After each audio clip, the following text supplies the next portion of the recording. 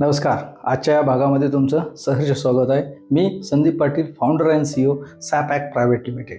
खरं तर बँकिंगमध्ये पाहायला गेलं तर बँकेचा व्यवसाय किंवा पतसंस्थाचा व्यवसाय काय असतो असं जर विचारलं तर असं म्हटलं जातं की बँकांनी किंवा पतसंस्थांनी ठेवी गोळा करणं, ते चांगल्या पद्धतीनं एखाद्या ठिकाणी इन्व्हेस्ट करणं, त्याचबरोबर त्याचं लँडिंग व्यवस्थित करणं आणि जे लँडिंग केलेलं आहे ते छोट्या मार्जिनवर किंवा जास्त मार्जिनवर व्यवस्थित आणि वेळेवर कलेक्ट करणं, म्हणजे ठेवी गोळा करणं, त्याच्यातून कर्ज वाटप करणं, त्याच्यातून लिक्विडिटी सांभाळणं आणि वाटलेलं कर्ज रिकवर करणं. हे जे बँकिंग करणं आहे किंवा ज्याला बँकिंगचा व्यवसाय म्हटलं जातं, मग ते बँक असो किंवा पतसंस्था असो, या दोन्हीमध्ये कॉमनच हा फॅक्टर पाहायला मिळतो.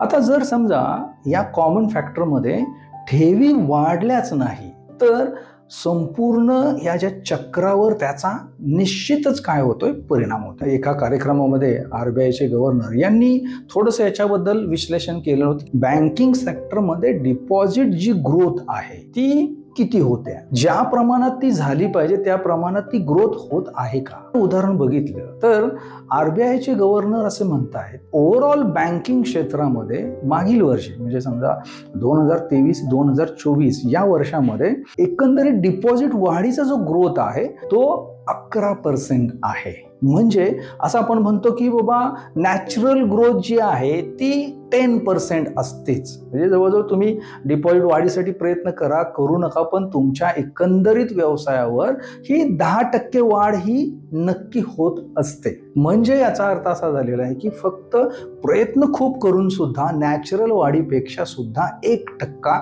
डिपॉझिटचा ग्रोथ बँकांचा वाढलेला आहे. आता RBI ही एक सेंट्रलाइज बँकांची एक अशी यंत्रणा आहे जिच्यामुळे संपूर्ण डेटा मिळू शकतो, पण कोऑपरेटिव्हमध्ये पतसंस्थांमध्ये असा डेटा मिळणं खूपच अवघड आहे. तरी सुद्धा आम्ही ज्या पतसंस्थांबरोबर कन्सल्टन्सी करतोय तिथेही हा वेग 11%च्या ऐवजी साधारण 13-14% आसपास हा ग्रोथ आहे.